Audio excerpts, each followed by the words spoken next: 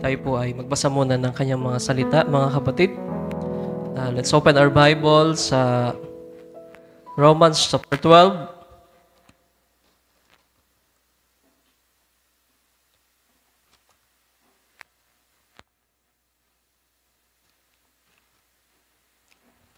Sabi po dito, verse 1 hanggang verse 2.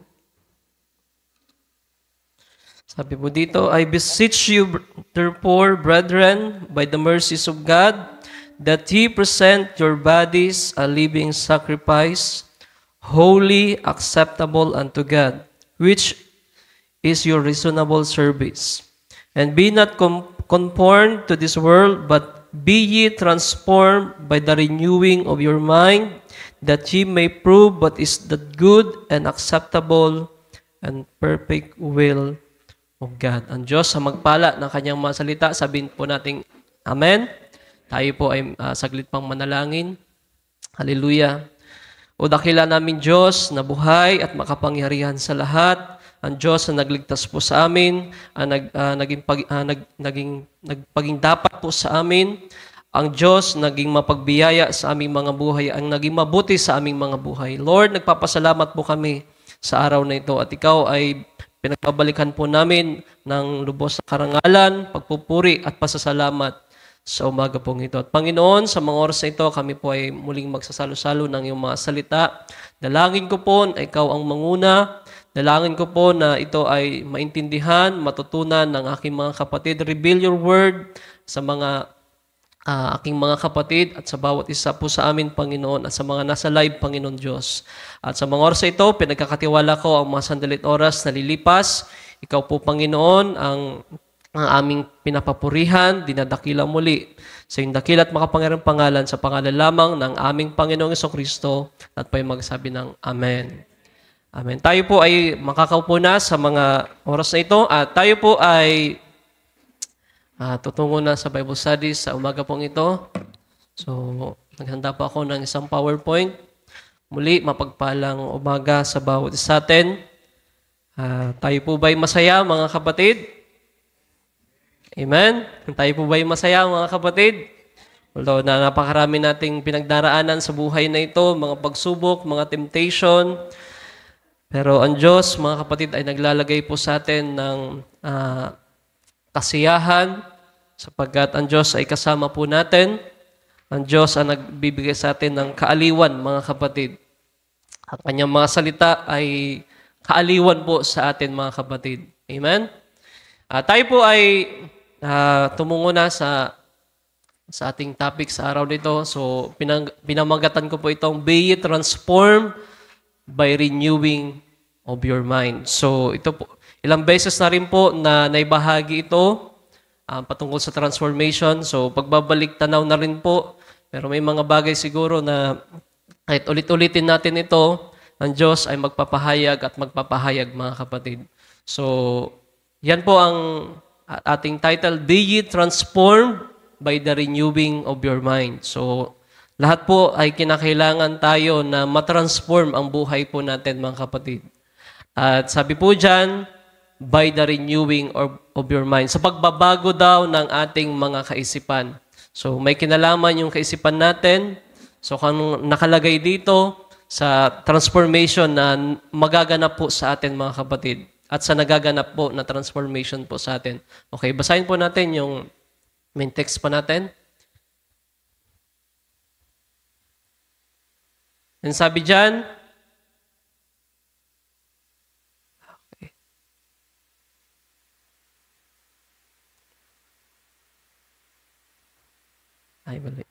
okay. Sabi dyan, I beseech you therefore, brethren, by the mercies of God, that ye present your bodies a living sacrifice. So, sa paglilingkod na ito, mga kapatid, ay meron pong pagsasakripisyo. Meron po tayong ginaganap na talagang pagsasacrifice. At kung hindi lamang po sa biyaya ng Diyos at sa kanyang kagalakan na nilalagay po sa atin ay wala po sa atin na nais mag-sacrifice. Pero tayo po ay tinawag ng Diyos sa ganitong bahagi, mga kapatid. Kung tayo tinawag at tayo ay predestinado naniniwala ko na meron pong sakripisyo na magaganap po sa atin. Holy, acceptable unto God, which is your reasonable service. Okay. Ito yung pinaka-topic natin mga kapatid. And be not conformed to this world, but be ye transformed by the renewing of your mind, that ye may prove what is that good and acceptable and perfect will of God. So ano po ba ang ibig sabihin ng conform, mga kapatid? Ang ibig sabihin niyan, to conform one's mind and character to another pattern. Passions oneself according to the world. So, ang ibig sabihin lang naman po niyan, mga kapatid, huwag tayong magsiayon sa mga bagay sa sanlibutan.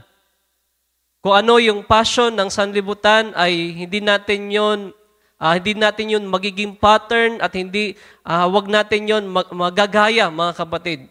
Pero dahilan tayo po ay nabuhay sa worldly system, tayo po ay nabuhay sa mga makamundo, tayo po ay na-pattern at tayo po ay na-shapen, na-mold yung character natin na makasanlibutan. Bago pa man po tayo maging mga Kristiyano. So, ang ibig sabihin po ng conform one's mind and character to another pattern. Kung meron man po tayo magiging pattern, ay character po ni Kristo at kaisipan ni Kristo, mga kapatid. Amen? Okay. Transformation. Ang ibig sabihin po ng transformation, a complete or major change in someone or something appearance form. So, sa Greek word, mga kapatid, metamorpho, meaning change in form or transform. At ang iba pang salin dyan ay to transfigure. So, meron daw na complete or major change, mga kapatid. At ganun po ang mga Kristiyano, mga believers na tumanggap sa ating Panginoon, tinanggap ang kanyang mga salita, ay merong magiging complete or major change sa buhay po natin. So, mula sa isang kalalagayan patungo sa panibagong kalalagayan na mas mainam, mga kapatid. So, ang Greek word po niyan ay metamorpho. So, mamaya itingnan natin yung isang stages na yan. So, hindi ko na yun papaliwanag masyado sapagkat pinaliwanag na yan ng ating pastor at ang iba pang ating mga kapatid. So, di ko na yun masyadong paglalaanan. So, sabi po dyan, to transfigure. So, naalala niyo po yung Mount of Transfiguration nung ang Panginoon ay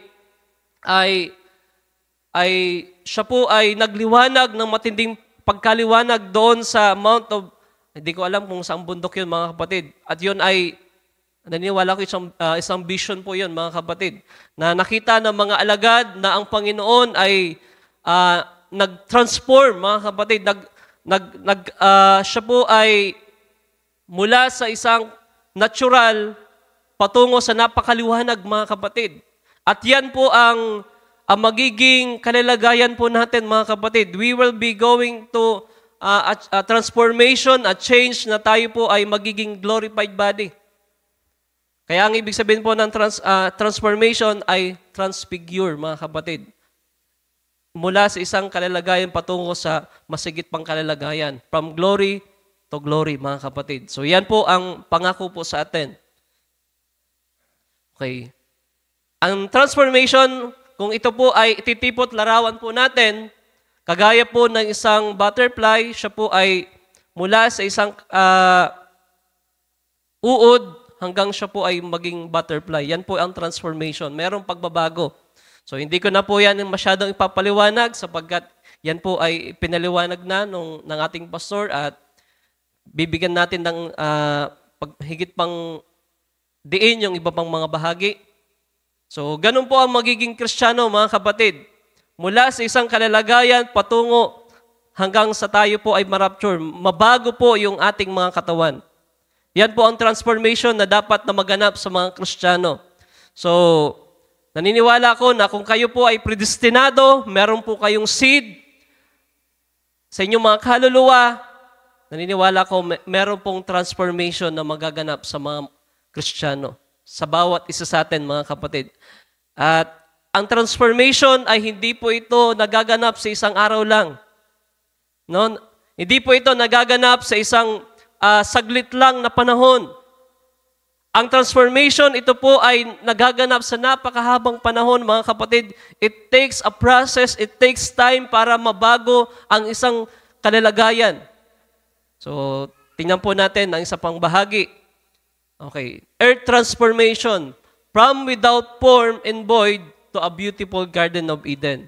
So, kung meron man unang ginawa ang Diyos, mga kapatid, sa mundong ito, ay yung transformation mula sa isang without form and void to a beautiful Garden of Eden.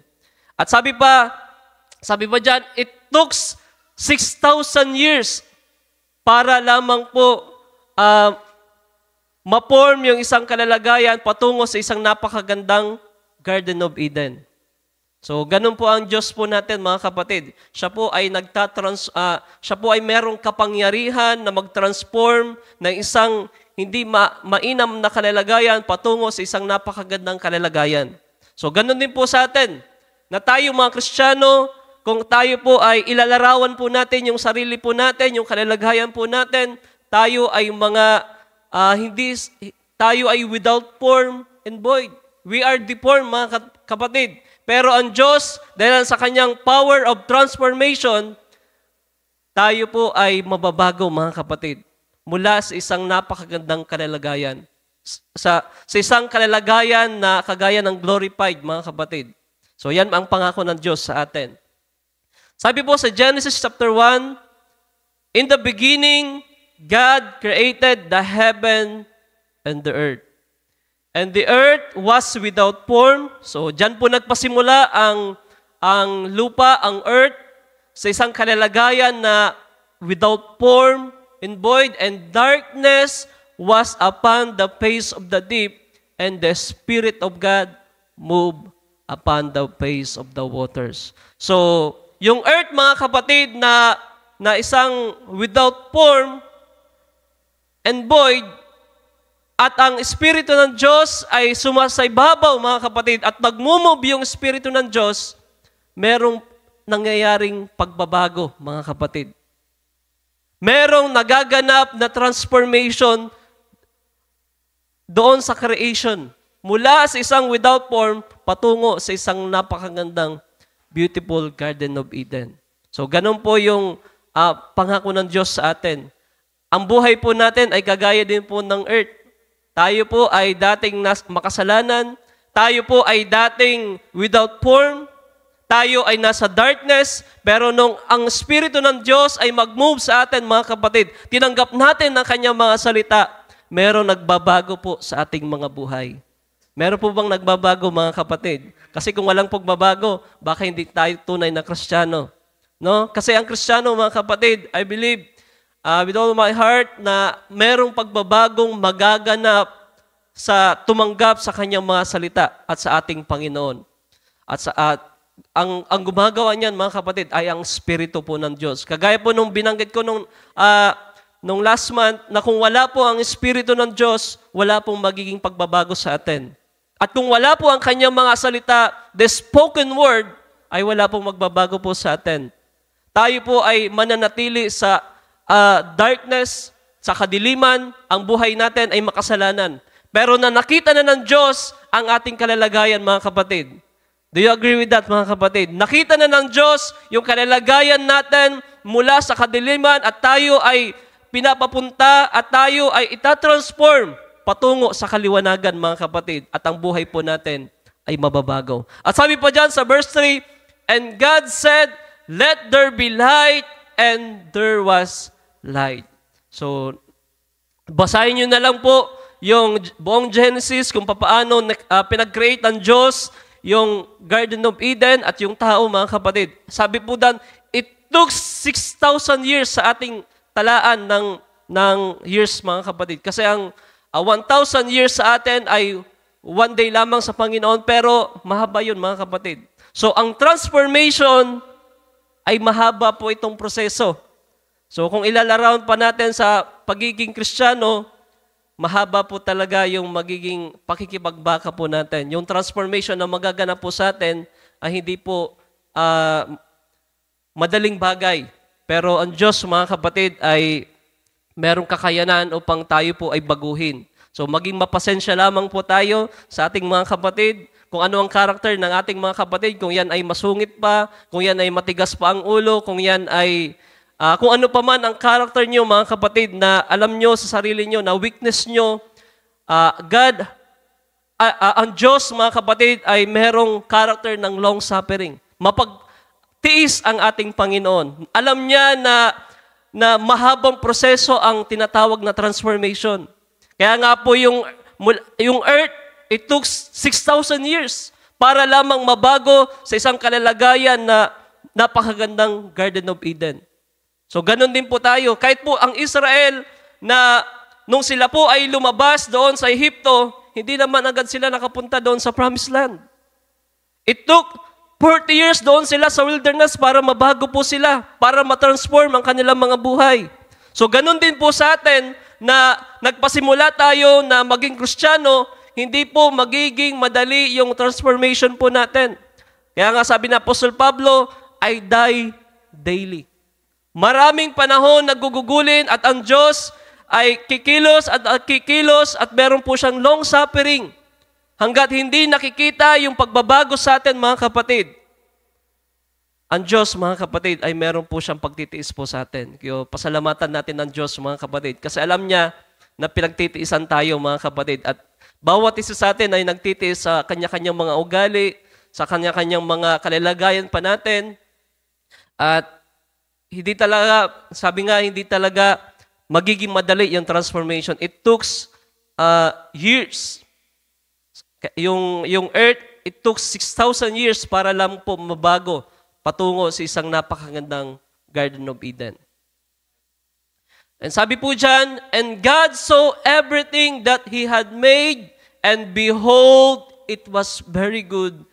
And the evening and the morning were the 6 days. So, pakatapos na matransform yung earth, mga kapatid, sa isang napakagandang Garden of Eden, ang sabi ng Diyos, iyon ay napakabuti at napakaganda, mga kapatid. So, ganun din po sa atin. Naniniwala ko na isang araw, ang Diyos ay lubos sa malulugod sapagkat merong mga buhay na nabago, mga na-transform na buhay, mga kapatid. At doon po ang kinakalugdan ng Panginoon, mga kapatid. Kinakalugdan ng Diyos na makita tayo na merong transformation sa buhay po natin. No? Yung taong sugarol ay hindi na nagsusugal. Yung kanyang buhok ay napakataas, ngayon ay tamang haircut na. Yung dating hindi nagpapalda, ngayon ay nagpapalda na. Ganun ang Diyos, mga kapatid. Nalulugod siya sa transformation na nagaganap sa kanyang mga tinawag, mga kapatid. At tayo, naniniwala ko, there will a time na sasabihin niya, the earth were finished. So tayo po ay makukompleto din, mga kapatid. Pag sinabing finish, kompleto. So ang transformation natin, ito ay merong completeness, mga kapatid. Kailan po ba tayo makukumpleto, mga kapatid? Before the rapture, mga kapatid, tayo po ay makukumpleto. Mababago po yung katawan po natin, mababago ang lahat sa buhay po natin, at sasabihin ng Diyos, it is finished.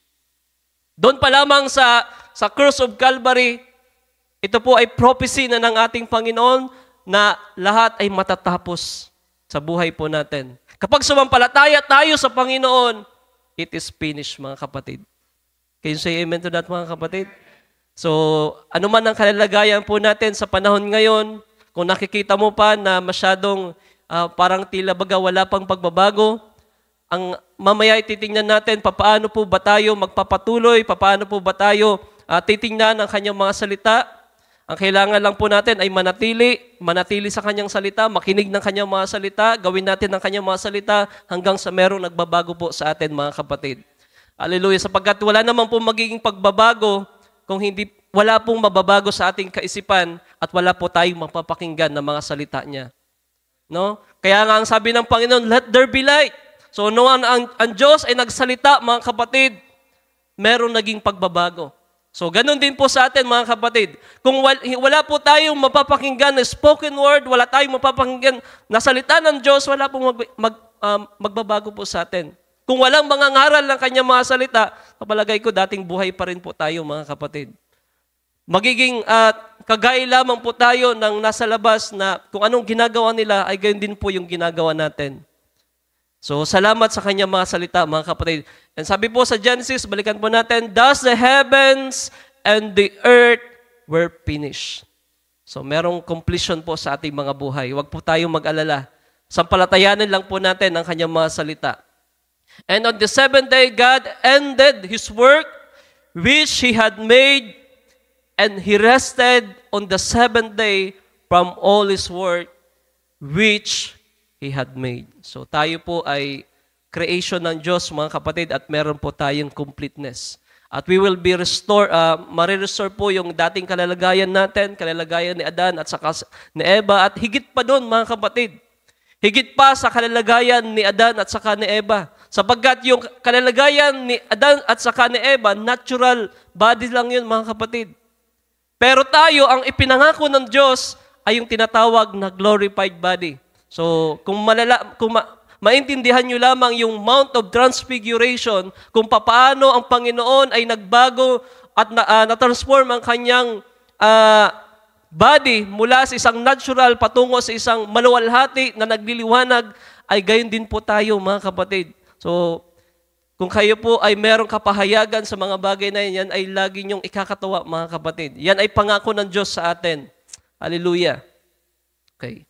Deformity of mankind. So, alam natin, mga kapatid, after na matransform yung earth to a beautiful Garden of Eden, ang kaaway po ay pumasok. At po ang ginawa niya, diniform niya, mga kapatid.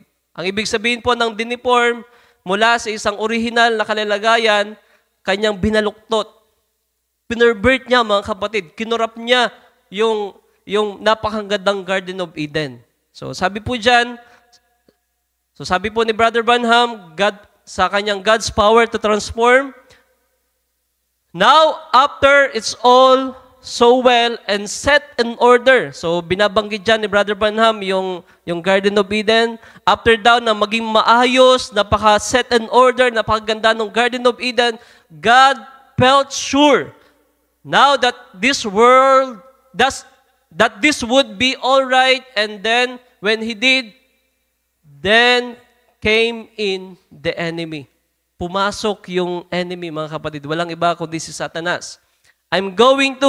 God gave power to transform. So merong kapangyarihan ng Diyos, mga kapatid, na mag-transform mula sa isang kalalagayan patungo sa mas mabuting kalalagayan.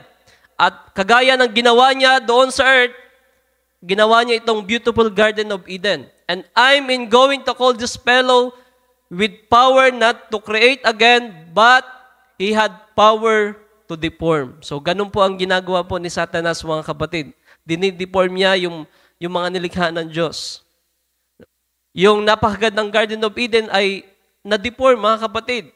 Sabi po dyan, now anything deformed is taken from its original state. There is something that's gone wrong with it. So, ganun po pumasok ang kaaway, mga kapatid. Kaya, ganito po yung kalalagayan po natin, deformed po tayo, maraming ugaling hindi mainam sapagkat ang kaaway ang may kagagawan niyan, mga kapatid. So, next slide. And we are all still in the image of God, but some are so deformed as a son of God, that walk contrary to His word and to the way that had us and provided for us to walk, setting something the world twists us out of the way, pull us close to it, and away from that straight, narrow strip that He planted us in to be sons and daughters of God. Sin has done this evil thing to the sons and daughters of God. So, meron pa rin naman tayong image of God, mga kapatid. No? Meron pa rin mabuti sa ating mga buhay. Pero, sabi po dyan ni Brother Branham, we are so deformed as a son of God. Yung character po natin, yung physical natin, yung kahit yung earth, mga kapatid, napaka-deform, kaya ganito po yung kalalagayan ng earth sapagkat it is deformed, mga kapatid. Mula sa isang napakagandang kalalagayan sana, ay ito po ay diniform ng kaaway. Okay, next. Bibilisan lang natin. Civilization is of the devil. I just got through preaching on that. All culture in the earth, all powers of science and everything is of the devil. It's his gospel he preached of knowledge in the Garden of Eden. So, kung meron pong ginawa si Satanas, nag-preach din po siya ng gospel doon sa Garden of Eden. At ang kanyang pinag-preach, ang kanyang sinabi doon kay Adan saka kay Eva, napakaganda ng kanyang plano. Napakaganda ng kanyang nais, mga kapatid. Pero ang kanyang plano pala ay ma-deform, mga kapatid. Gusto rin niya na makreate ng sarili niyang Eden. Kaya nga ang propeta, ang sabi niya, ang mundong ito ay tinatawag niyang Satan's Eden. So, mula sa napakagandang Garden of Eden, mga kapatid, ay tumungo tayo sa ganitong kalalagayan na kung saan ang science ang namamayani, ang civilization ay maunlad nga, mga kapatid. Pero tingnan nyo, mga kapatid, yung death ay nandyan, yung sorrow ay nandyan, maraming mayaman sa panahon ngayon, pero hindi pantay-pantay, mga kapatid. So, ganito yung Satan's Eden. Sabi pa dyan ni Brother Branham, and now, he has had 6,000 years to do just exactly what God did, only in a perverted way, and took the same amount of time to bring his own Eden in. Now, Satan has got an Eden here on earth, and it's filled with wisdom and knowledge. So, yung dating faith civilization na dapat sana ang mangyari doon sa Garden of Eden, mga kapatid, na dapat ang naghahari po sa atin ay pananampalataya at napakaganda ng Garden of Eden, mga kapatid, kung saan walang kamatayan, kung saan walang pagtangis, kung saan ay walang problema tayo, mga kapatid. Pero dahil sa ginawa ni Satanas, siya po ay gumawa din ng Eden niya at ang panahon natin ngayon, sabi ni Brother Branham, ito ay Satan's Eden, mga kapatid. Diba? Yung science, yung culture po natin, yung technology na meron po tayo, ay ang may kagagawan po nito, mga kapatid, ay si Satanas. It is filled with wisdom and knowledge. Punong-puno ng wisdom. Kaya sa panahon po natin ngayon, mga kapatid, ay napakatindi ng technology. Pero ang kapalit ng technology, mga kapatid, ay pagkasira naman ng sanlibutan at ng buhay po natin. Kaya habang umuunlad at habang tumutungo po tayo sa tinatawag na advancement ng technology, the more naman na paikli ang buhay po ng tao. No? Napapansin niyo ba yan, mga kapatid?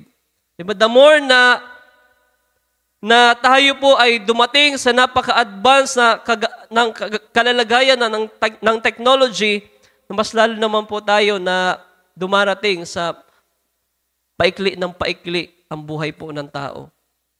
Kaya nga po yung kinakain natin, mga kapatid, na-deform din yan. Diba? Hybriding. Habang hina-hybrid yung mga kinakain po natin, tayo po ay masigit pa na paikli yung buhay po natin. Mas maraming sakit ang nararanasan natin. Pero yung mga unang panahon, nung hindi pa hina-hybrid yung mga pagkain, wala pang mga chemicals, medyo mahaba-haba pa yung buhay nila, mga kapatid. Pero ngayon, habang tayo po ay tumutungo sa advancement ng technology, yung AI ngayon, mga kapatid, ay nandyan na. Diba? Yung mga may trabaho, ay pinapalitan na ng machine, ng AI. No? Yung dating merong driver na kotse, ngayon, selfless driving na, mga kapatid. Kawawa yung mga naghahanap buhay. Kaya nga sabi ni Bill Gates, darating isang araw na kaunti na lang yung trabaho o gagawin ng tao. At papalitan na tayo ng mga machine, mga kapatid. So, wag nawa mangyari ang mga bagay na yan, mga kapatid, na abutan pa natin yan. Kasi, masigit na kukulangin na tayo sa trabaho, mga kapatid. Pero nawa ang Diyos, mga kapatid, dumating na para tayo i-rapture na, mga kapatid. Gusto ba natin yan, mga kapatid?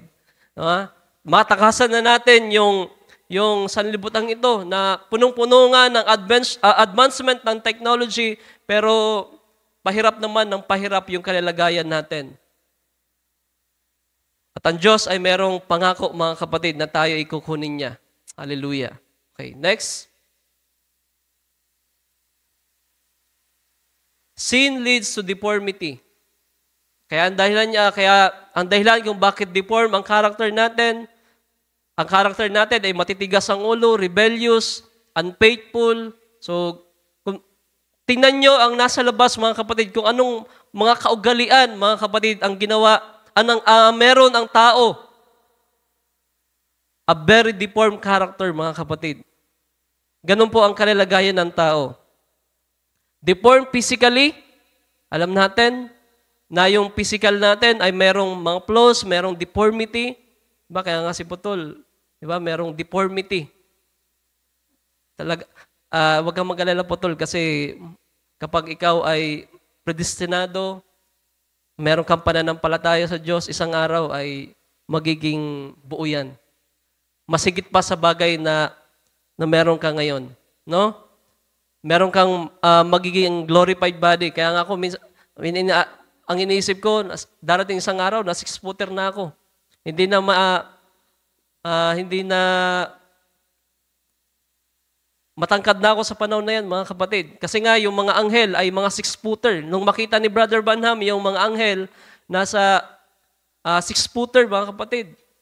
So, naniniwala ko na kapag tayo ay bumalik na sa original form natin, hindi na deform, tayo ay tutungo na sa transformation, tayo po ay matataas na at nasa tamang kalalagayan na physically. At yung character po natin, mula sa isang rebellious, mula sa isang unfaithful, mula sa isang maraming mga character, mga kapatid, mayayabang, selfish, mababago yan, mga kapatid, dahilan sa gawa ng Diyos. The power of transformation. Deformed or corrupt mind, yung kaisipan natin, mga kapatid, ay nakorrupt dahilan sa kasalanan. Pati yung earth, mga kapatid, ay na-deform. So, ganun po ang ginawa ng kasalanan sa buhay po natin. Lahat sa buhay po natin ay na-deform. All around us, we see deformity. Lahat ng ating nakikita sa sanlibutan ito, ay almost lahat yan ay na-deform, mga kapatid. Yung mga animals, yung mga nature, yung kalalagayan po ng lahat yan ay na-deform, mga kapatid. Kaya ang Diyos ay merong kapangyarihan na i-transform muli yung sanlibutan ito. At gayon din naman po sa atin, mga kapatid, mula sa kalalagayan po natin na mahina, sa kalalagayan po natin na maraming hindi mabubuting character, ay tayo itatransform ng Diyos sa isang napakabuting kalalagayan. Isang kalalagayan na maluwalhati, isang character na mabuti, tayo ay magiging kagaya ni Kristo, mga kapatid. Amen? Ang magiging ugali natin ay magiging humble, ang magiging ugali po natin ay hindi na matigas ang ulo, ang magiging ugali po natin, mga kapatid, ay mabuti. Lahat ay mabuti. Our life become transformed, mga kapatid. So yan po ang inaasahan po natin sa buhay pananampalatayang ito. Okay. God's power to transform. So, kung ang kaaway ay dideform, mga kapatid, ang sanlibutan ito at ang buhay po natin, kaya muli ng Diyos na i-transform ang buhay po natin. At gayon din po ang sanlibutan ito. Siya lamang po ang merong kapangyarihan yan. So, sa sarili po natin, hindi po natin kayang matransform ang buhay po natin. Ang Diyos lamang po ang merong kapangyarihan nito. Okay. Sabi po sa 1 Peter chapter 2 verse 9, "But ye are a chosen generation, a royal priesthood, an holy nation, a peculiar people, that ye should show forth the praises of Him who had called you out of darkness into His marvelous light. So mula sa kadiliman, mga kapatid, ay tayo ay tumungo sa isang maliwanag na kalagayan. At kung tayo ay elected, at kung tayo, mga kapatid, ay mga pinili ng Diyos, ang Diyos ay tatransform ang buhay po natin. Mula sa isang madilim na kalagayan, madilim na buhay, masamang ugali, ay tutungo tayo sa isang glorified na kalagayan. Yan po ang inaasahan po natin sapagkat tayo ay mga pinili ng Diyos. Kung papaano ang Israel ay pinili ng Diyos, mga kapatid, na sila ay na-shapen at na-mold ang kanilang mga buhay doon sa Ehipto, ang kanilang mga ugali ay hindi mainam, sila po ay tumungo sa promised land na merong mabubuting pagkaugali. At sila po ay naging holy nation, naging banal na bayan. At gayon din po tayo, mga kapatid. Sabi po dyan, God's power to transform, and there will not be this kind of civilization in the world to come. There will be no automobiles or nothing that sign has ever done. There will be no such thing in the world that is to come.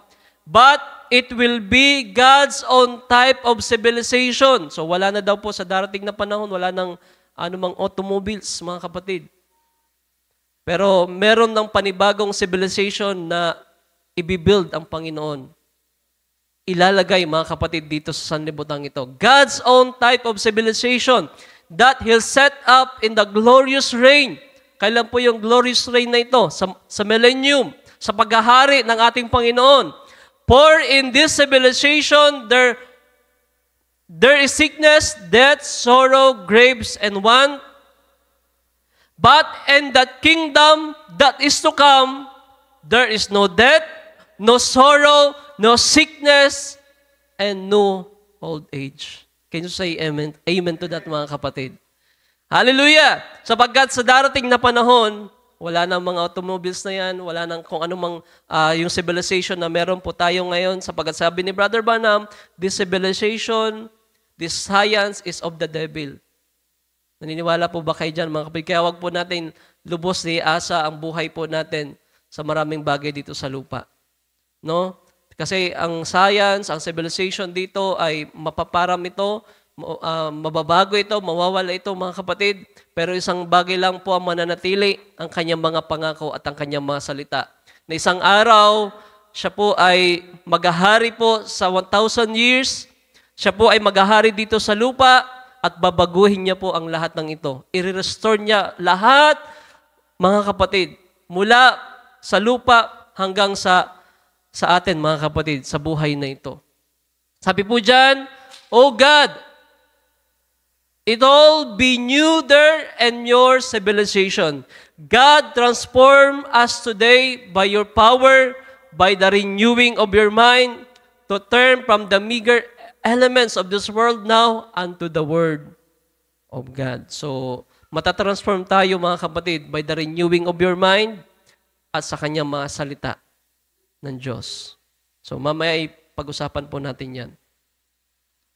Israel's character and mindset and transformation from Egypt to Promised Land. So titingnan po natin kung paano po na-transform yung kalalagayan ng Israel people mula sa isang kalalagayan nila doon sa Ehipto at nung sila po ay tumungo na doon sa Promised Land.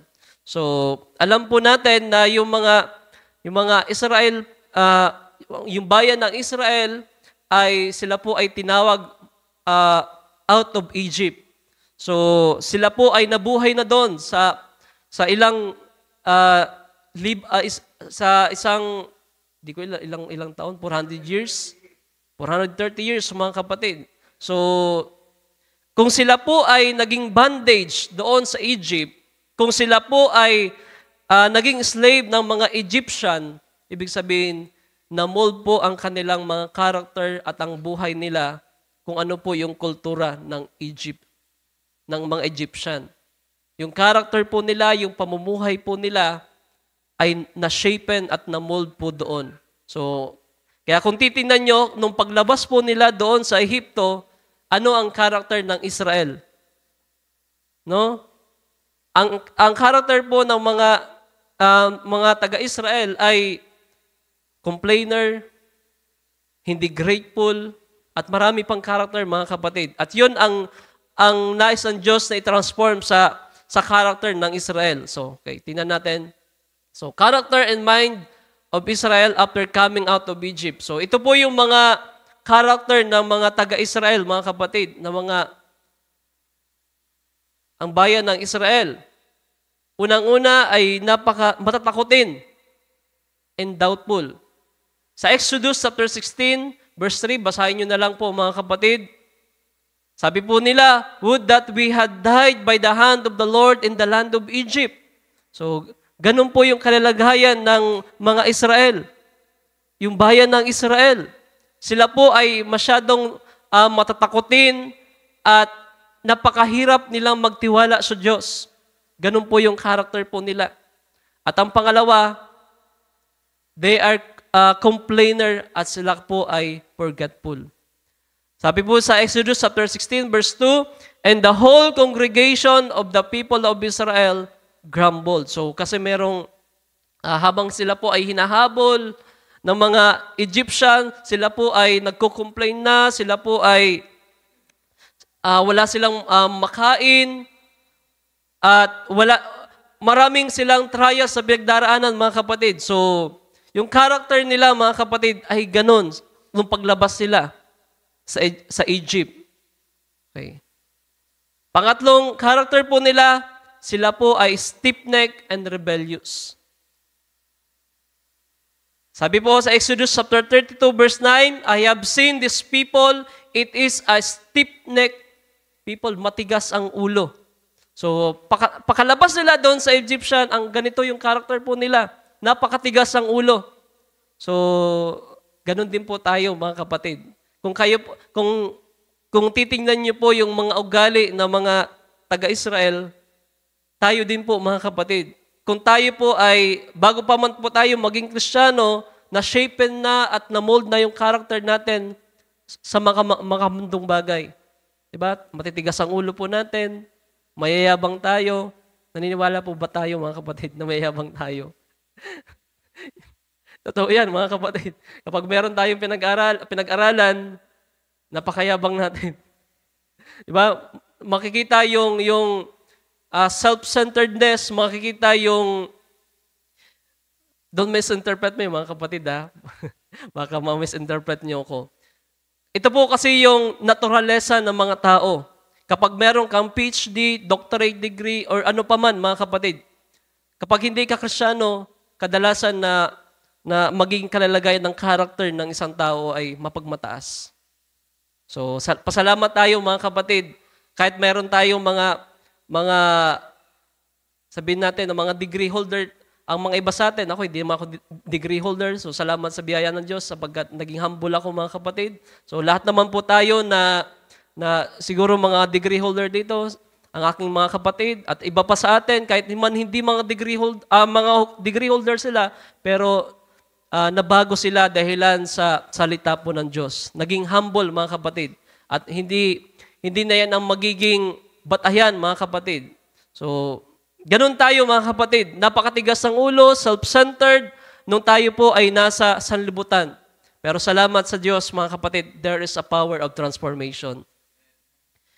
Hindi papayag ang Diyos na tayo magiging Kristiyano, na magpapatuloy po tayo na walang mababago sa buhay po natin. Kasi hindi po pwede na Kristiyano tayo, meron po tayong seed na ay walang magbabago po sa atin. Hindi po yan tunay na Kristiyano. Hindi po yan tinawag ng Diyos. Yan ay nagpapanggap lamang na Kristiyano. O kaya, relihiyoso lang, mga kapatid, pero wala pong pagbabago. So, sa panahon po natin ngayon, napakaraming relihiyoso, napakaraming kasimbahanan ngayon, mga kapatid. They are religious, but wala pong pagbabago. So, meron naman pagbabago sapagkat salita pa rin yan ng Diyos. Ang nagbabago po sa buhay ng tao, ang salita po ng Diyos, mga kapatid. So, balikan po natin ang kalalagayan ng ugali ng Israelite, mga kapatid, ay idolatrous and impatient. So Exodus chapter 32 verse 1, basahin nyo na lang po. Sabi po dyan, "Come make us God who shall go before us." So maraming character ang mga Israelite, mga kapatid, na masasabi po natin na talagang hindi po maganda. Pero ang Diyos ay tinransform ang kanilang mga pag-uugali. At ganoon din po tayo, mga kapatid. In the promised land, so dito po, nabago po ang kanilang mga pag-uugali at na-transform ang kanilang way of living. Sabi po dyan, Israel's character and mindset were transformed by the law and Torah or the Word of God through a divine process of teaching, discipline, covenant relationship. God used His commands and statutes and words to transform a group of former slaves into a holy nation. So, ganun po kahalaga, mga kapatid, na meron pong pagtuturo sa atin. So, ganito po kahalaga, bakit po tayo uma-attend ng Sunday service. Do you believe that, mga kapatid? So, wag po nating tutulugan ang pagtuturo, mga kapatid. Wag po natin na wag po natin na basta-basta na lamang po yung mga salita po ng Diyos. Ito po ay nagbabago po sa ating mga buhay at nagbabago po sa ating mga kaisipan. So kapag sinampalatayanan mo ang kanyang mga salita, tinanggap mo ang kanyang spoken word, mga kapatid, unti-unting mababago po yung mindsetting po natin. At hindi lamang po yung mindsettings po natin, yung pamumuhay po natin, mga kapatid. Kasi kung ano po yung nasa kaisipan po natin, kung ito po ay hindi natin tatanggapin ang mga salita niya at hindi natin isa sa puso yung kanyang mga salita, mga kapatid, ay wala pong magiging pagbabago sa atin. Kaya nga sabi po ni Apostle Pablo, "Be ye transformed by the renewing of your mind." Paano po ba nare-renew yung mga kaisipan po natin? Sa pagtuturo po ng kanyang mga salita. Pagtanggap po natin ng kanyang mga salita. No? Kapag tinanggap po natin ang kanyang mga salita, doon po mababago ang mga kaisipan natin na mga karnal, ang mga kaisipan po natin na makasanlibutan. So, doon po nababago, mga kapatid. Sabi po dyan, God uses trials, laws, and sacrifice to transform their thinking and character. So, para po mabago ang character ng mga Israelite, mga kapatid, ay ang Diyos ay pinadaan po sila tinatawag na wilderness. 40 years, mga kapatid. Nandoon sila sumasamba, nandoon sila namumuhay. Kaya yung transformation ng Israelite, mga kapatid, ang bayan ng Israel ay napakahaba, 40 years, mga kapatid. From out of Egypt to wilderness to promised land, 40 years, mga kapatid, ang pagitan. So, ganun din po sa atin. Hindi po magiging madali yung transformation po natin. So, kaya kung makikita po natin sa buhay pagiging Kristiyano, unti-unti lamang yung pagbabago po natin. Meron po ba sa inyo na isang araw nagbago yung buhay? Wala po siguro, mga kapatid. Yung pagbabago ng ugali, it takes trials at pagtuturo. Kaya nga ang Diyos, mga kapatid, ay pinapadaan po tayo sa trials para mabago po yung pag-uugali po natin. Yung dating nagtitiwala sa sarili, minsan pinapadaan tayo sa napakatinding suliranin, mga pagsubok sa buhay para hindi po tayo magtiwala sa ating sarili, kundi sa Diyos, mga kapatid. Kapag wala na tayong malalapitan, saan na po tayo lalapit? Sa Diyos, mga kapatid. Ano pong nabago? Yung puso po natin na mapagmataas patungo sa humble heart, mga kapatid. Humility. So, ang Diyos, mga kapatid, pinadaan po tayo sa tinatawag na trials. Sapagkat nais niya tayong disiplinahin, nais niya tayo, mga kapatid, na i-transform yung buhay po natin. So, kung meron man tayong mga pinagdaraanan, mga kapatid, trials, maaring meron lamang na proseso na ginagawa ang Diyos sa buhay po natin. Maari na nais ng Diyos na babago po yung character po natin. No? Nais ng Diyos na na mabago yung character natin mula sa mapagmataas patungo sa isang humble heart, sa isang character na hindi mainam patungo sa isang mabuting character, mga kapatid. So, ganun po ang nais ng Diyos sa atin, to transform our character and life. Okay. So, nung ang Israel, mga kapatid, ay dumaan na doon sa wilderness, ano pong nabago po sa kanila?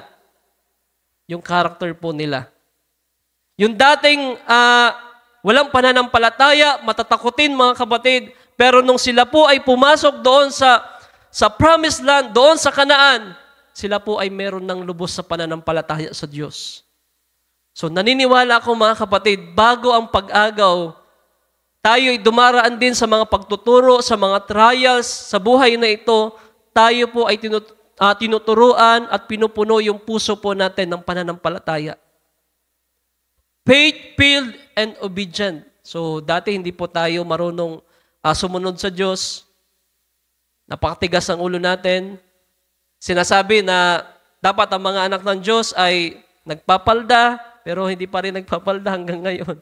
So, being obedient, mga kapatid, tinuturuan po tayo para tayo ay sumunod sa mga utos ng Diyos. Pangalawa, courageous, pagiging matapang. Pangatlo, honoring God's presence. Unity, pagiging grateful. So, ang Diyos, mga kapatid, ay tinuturuan po tayo maging grateful. So, ang mga tithes at ang mga offering, mga kapatid, ito po ay ginagamit ng Diyos upang tayo ay mag-honor sa Diyos at maging grateful sa kung ano man pong meron po tayo. So, ang Diyos ay nilalagay ang mga bagay na yan upang tayo po ay turuan niya at mabago po tayo, matransform po tayo. Okay, dalaan na po natin. Believers transformation. So, meron po tayong transformation na magaganap sa buhay po natin. So, wala pong Kristiyano na wala pong magiging pagbabago sa kanyang buhay. So, kung tayo po ay naniniwala at nananampalataya na tinanggap natin ang ating Panginoong Jesucristo, meron pong magiging pagbabago po sa atin. Kaya kung way back 2013, nung ako po ay tumanggap sa Panginoon, meron na rin pong naging pagbabago. No? Mula sa pananalita hanggang sa hairstyle ko, hanggang sa pananamit, ay meron pong naging pagbabago, mga kapatid. So naniniwala rin naman ako na kayo rin ay merong naging pagbabago. So balikan nyo lamang po yung starting point nyo. From Egypt, patungo sa Promised Land. So meron na po bang naging pagbabago sa buhay po natin, mga kapatid? Amen? Parang hindi po malakas ang amen ng mga mananampalataya. Parang walang pagbabago sa buhay po natin, mga kapatid. So unti-unting merong pagbabago, mga kapatid, sa ating buhay. Paunti-unti man yan, pero ang Diyos ang gumagawa sa atin yan, mga kapatid. Magpatuloy lamang po tayo na makinig ng kanyang mga salita. Sapagkat merong kinalaman ang pakikinig ng kanyang mga salita, ang pag-attend natin sa church service at yung mga trials sa pinagdaraanan po natin upang tayo po ay matransform. Hanggang sa dumating po tayo sa tinatawag na rapture. Okay, sabi po dyan, sa the angel of the Lord, time's up, brothers, sisters, in the name of our Lord, please get me right now. What I am trying to say to you, that God who came out in the old days and lead the church of God out of Egypt. So, ano po yung Egypt po natin? Worldly system. So, dati po tayo namumuhay sa makasanlibutan na pamumuhay, yung dating sabungero, yung dating chismosa, yung dating kung ano-ano yung ginagawa dito sa lupa. At tayo po ay tinawag, mga kapatid, out of worldly system, out of Egypt. At sabi pa dyan, the bondage into freedom has come down again in the same manner to lead His church spiritual out of bondage of sin first, by the Holy Spirit, sickness next, and the third step is to go into glory. So yan po ang promise ng Panginoon sa atin. Tayo ay tutungo sa isang tinatawag na glorification. Take this mortal and make it immortality. The transfiguration of the human bodies to transform them into perfect image of the Son of God. So magiging kamukha po natin ang ating Panginoon. Not physically, mga kapatid. Ibig sabihin, the image of the Son of God, yung character, mga kapatid, character ni Kristo. Yan po ang pangako ng Diyos sa atin. At hindi lamang po yan, yung character po natin, pati yung mga katawan po natin na may mga flaws, may mga weaknesses, yan po ibabaguhin na rin po, mga kapatid. Okay, the power of transformation. So, paano tayo matatransform, mga kapatid? Then, if you accept that word, it transform you from a son of God. So, kung tatanggapin daw po natin ang kanyang mga salita, sasampalatayanan natin ang kanyang mga salita, matatransform tayo sa isang bilang isang son of God, mga kapatid. Son of God or daughter. From son of the world, that daughter of the world, to a son and daughter of God. Can you say amen to that? No? Yan po ang mangyayari po sa mga believers. So ito po ay pagtuturo, mga kapatid. Sabi po dyan, look at you in her, how many has had that experience? Every one of us. So, lahat po tayo yung makaka-experience niyan, mga kapatid. The power of transformation of God. Kung tayo ay i-accept lamang po natin ang kanyang mga salita, kaya ganun po kahalaga ang pagtuturo ng kanyang mga salita, tayo po ay nakikinig ng kanyang mga salita. Kung wala po tayong ginagawa, mga kapatid, sa mga bahay po natin, makinig po kayo ng preaching, makinig ng makinig, hanggang sa ito po ay ma-reveal po sa atin, at tanggapin natin ng buong buo hanggang sa ito ay gumawa ng makapangyarihang gawa po sa ating mga buhay. Kapag wala po kasing napapakinggan po tayo ng mga salita, wala din po nababago sa ating kaisipan. Ba? Sa panahon po natin ngayon, napakahirap na manatiling pure ang ating kaisipan. Diba? Napakaraming ini-inject ng kaaway sa ating mga kaisipan. At yan ang dahilan bakit tayo merong worriness, meron tayong mga minsan, lagi po tayong balisa sa maraming bagay dito sa lupa. Pero kapag napapakinggan po natin ang mga salita po ng Diyos, meron nagbabago sa ating mga kaisipan, mga kapatid. Kahit napakahirap ng pagdaraanan po natin, kahit meron po tayong mga trials, kapag nandyan po yung mga salita ng Diyos, natatransform yung kaisipan po natin at nakukomport po tayo, mga kapatid. So, ganun po ang ginagawa ng kanyang mga salita. Sabi po dyan, because it was spoke, it was believed, and the word came forth and fell into the bed of the heart, and there it growth right out of it.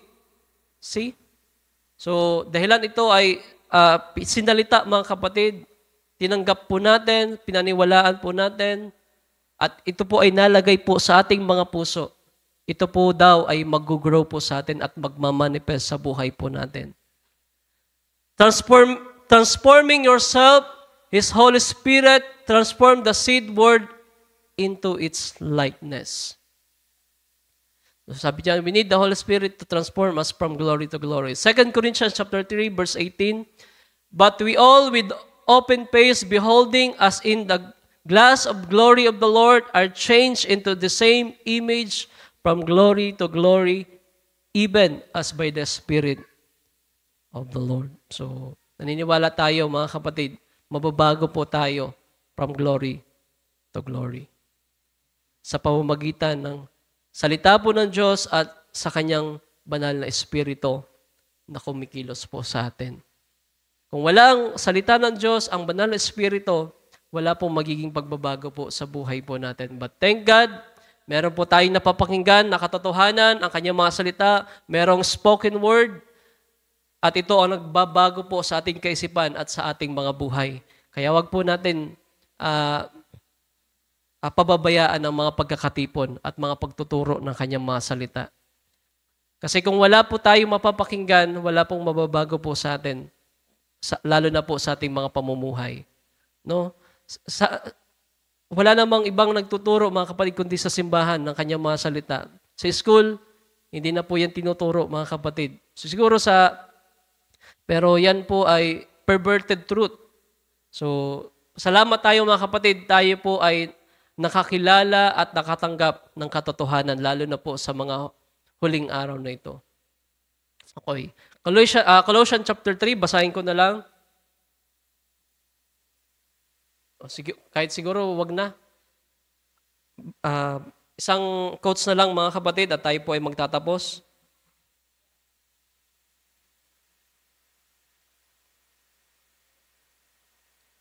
Doon tayo sa lost quotes.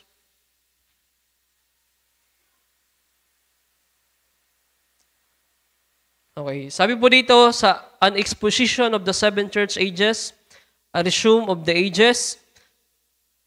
Basahin ko lang. At tayo po ay magtatapos.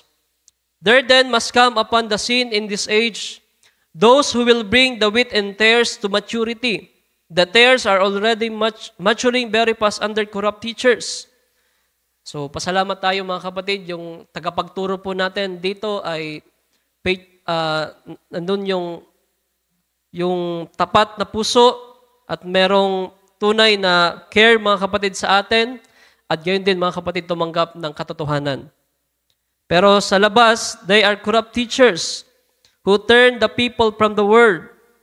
But the wheat also must mature, and to her, God is sending the prophet messenger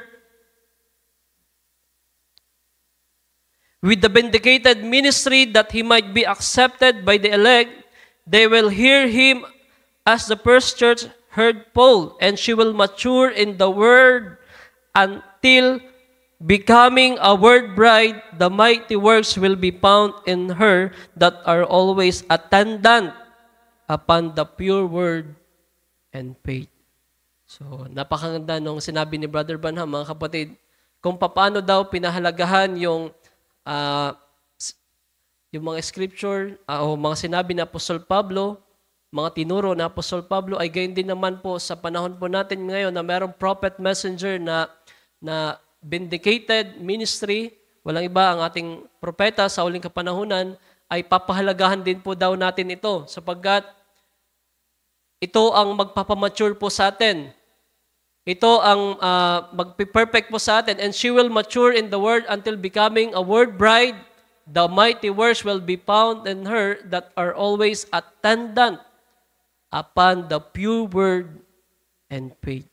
So, ganun po kahalaga mga kapatid, yung mensahe sa ating kapanahunan at gayon din naman yung pure word sa panahon po natin ngayon.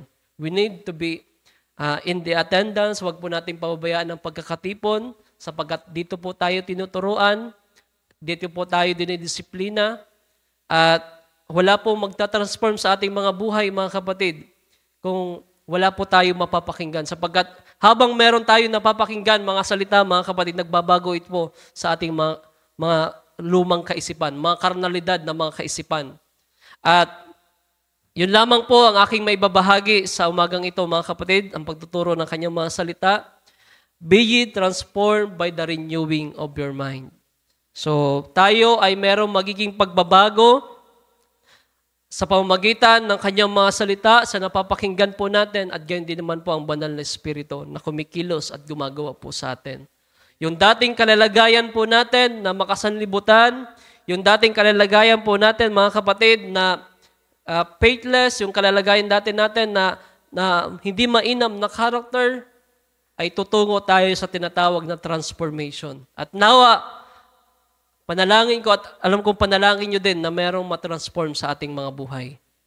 Amen? At kung wala tayong nagiging pagbabago, mga kapatid, kinakailangan natin na manalangin.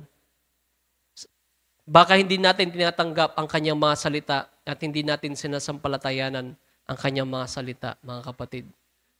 Hallelujah. Yan lamang po ang aking may babahagi at nawa ang Diyos ang higit pa na magbago ng ating mga buhay at hintayin natin ang pangako ng Diyos sa ating mga buhay, yung tinatawag na glorification, transfiguration, mga kapatid.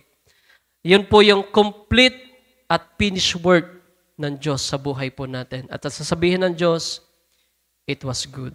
At naniniwala ko, wala nang ibang magbibigay kaligayahan sa ating Diyos, mga kapatid. Yung mga buhay na nabago at yung mga character na nabago sa pamamagitan ng kanyang mga salita. Hallelujah. Purihin ang ating Panginoon, ating palapakan minsan pa ang ating Panginoon, mga kapatid. At tayo ay saglit na manalangin Hallelujah. O dakilang Diyos, maraming salamat po sa umaga pong ito. Salamat sa pagtuturo ng inyong mga salita.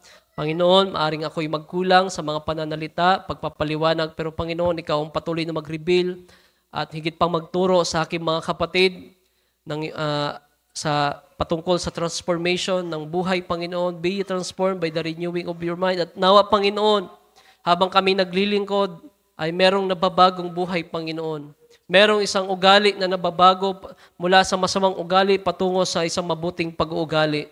Kagaya ni Kristo, kagaya ng pag-ugali mo po, Panginoon. At nawa po, Panginoon, habang kami nagpapatuloy, tulungan mo po kami sa aming mga kahinaan pa, mga pagkukulang pa, Panginoon. At alam po namin, nandun po yung long suffering at pagtitiis sa buhay na ito. At nagpapasalamat po kami, Panginoon, sapagkat meron kang pangako sa amin na merong completeness, merong tunay na transfiguration, merong glorification sa buhay po natin, sa buhay namin, O Diyos. O Diyos, muli binabalik po namin ang aming lubos na pasasalamat, pagdakila, sa iyong dakilat makapangyarihang pangalan, sa pangalan lamang ng aming Panginoong Jesucristo, lahat po'y magsabi ng Amen. Amen. Palakpakan minsan pa natin ang ating Panginoon, mga kapatid, at binabalik ko sa ating MC, God bless you, Brother Gideon.